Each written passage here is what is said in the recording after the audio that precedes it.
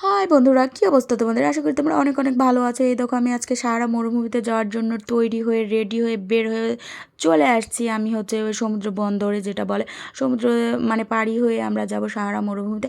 এই দেখো আমরা সমুদ্রের মাঝখানে চলে আসছি। আর দেখো কত পাখি এখানে, অনেক অনেক পাখি। বন্ধুরা, আমার গলার অবস্থা অনেক অনেক খারাপ, সবাই আমার গলার জন্য দোয়া করবে।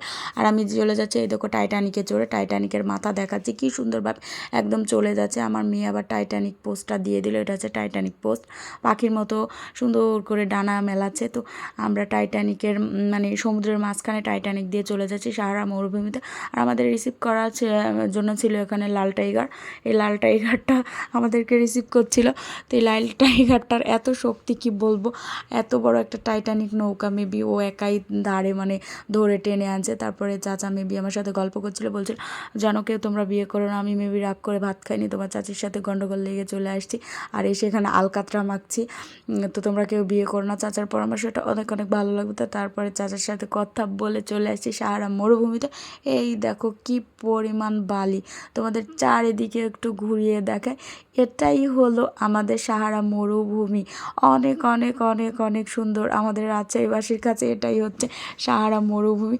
আর মেবি এখানে ঝড় হবে না, কি হবে না, সাইক্লোন হবে, আমি বুঝছি না। সবাই হাত ধরে শক্ত করে ঘুরছে, কারণ ঝড় আসলে, বালি ঝড় আসলে সবাই উড়ে যাওয়ার সম্ভাবনা আছে।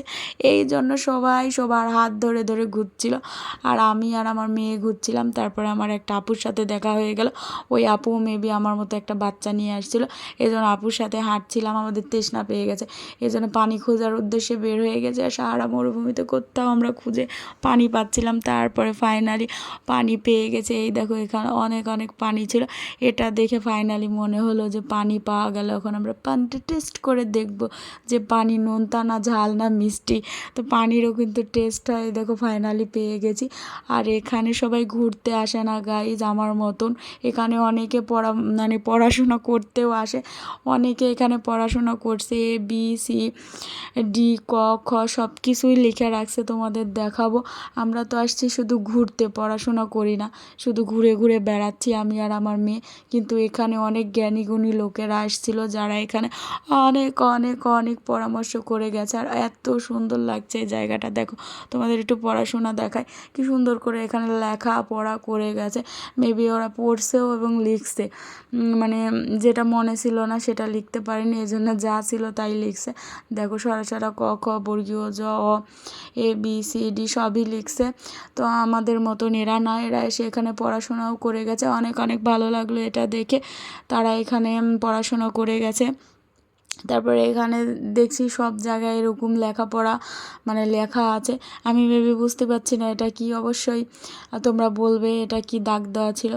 তারপরে এখানে এসে দেখলাম পানিতে এগুলো কি, এজন্য তোমাদের আমি দেখাচ্ছিলাম পানিতে এগুলো কি ছিল।